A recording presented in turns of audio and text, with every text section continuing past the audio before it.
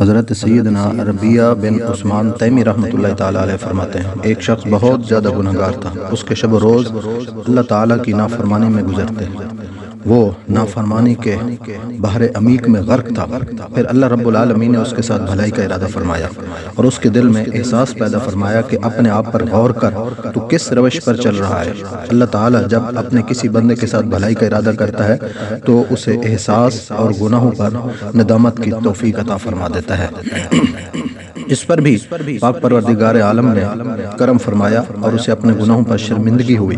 غفلت کے پردے آنکھوں سے ہٹ گئے، سوچنے لگا کہ بہت گناہ ہو گئے، اب رب العالمین کی بارگاہ میں توبہ کر لینی چاہیے۔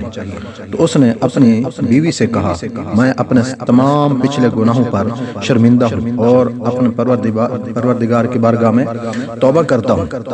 وہ رحیم کریم پروردگار میرے گناہوں کو ضرور معاف فرمائے گا۔ میں اب کسی ایسی ہستی کی تلاش میں جا رہا ہوں جو اللہ رب العالمین کی بارگاہ میں میری سفارش کر دے۔ اتنا کہنے کے بعد وہ شخص جنگل کی طرف چل پڑا۔ جب ایک ویران جگہ پہنچا تو زور زور سے پکارنے لگا، اے زمین، اللہ کی بارگاہ میں تو میرے لیے شفیع بن جا۔ اے آسمان، تو میرا شفیع بن جا۔ اللہ رب العالمین کے معصوم فرشتوں، تم ہی میری سفارش کر دو۔ وہ زاروں قطار روتا رہا، اسی طرح صدائیں بلند کرتا رہا، ہر چیز سے کہتا کہ تم میری سفارش کرو۔ میں اب اپنے گناہوں پر شرمندہ ہوں اور سچے دل سے تائب ہو گیا ہوں۔ وہ عابد مسلسل اسی طرح پکارتا رہا، بالآخر روتے روتے بے ہوش ہو کر زمین پر منہ کے بل گر گیا۔ اس کی اس طرح سے آہوزاری اور گناہوں پر ندامت کا یہ انداز مقبول ہوا اور رب تعالیٰ کی طرف سے ایک فرشتہ بھیجا گیا جس نے اسے اٹھایا اور اس کے سر سے گرد و غبار کو صاف کیا اور کہا، اے اللہ کے بندے، تیرے لیے خوشخبری ہے کہ تیری توبہ اللہ رب العالمین کی بارگاہ میں قبول ہو۔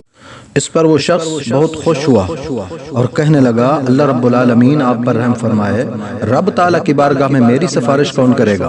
وہاں میرا شفیع کون ہوگا؟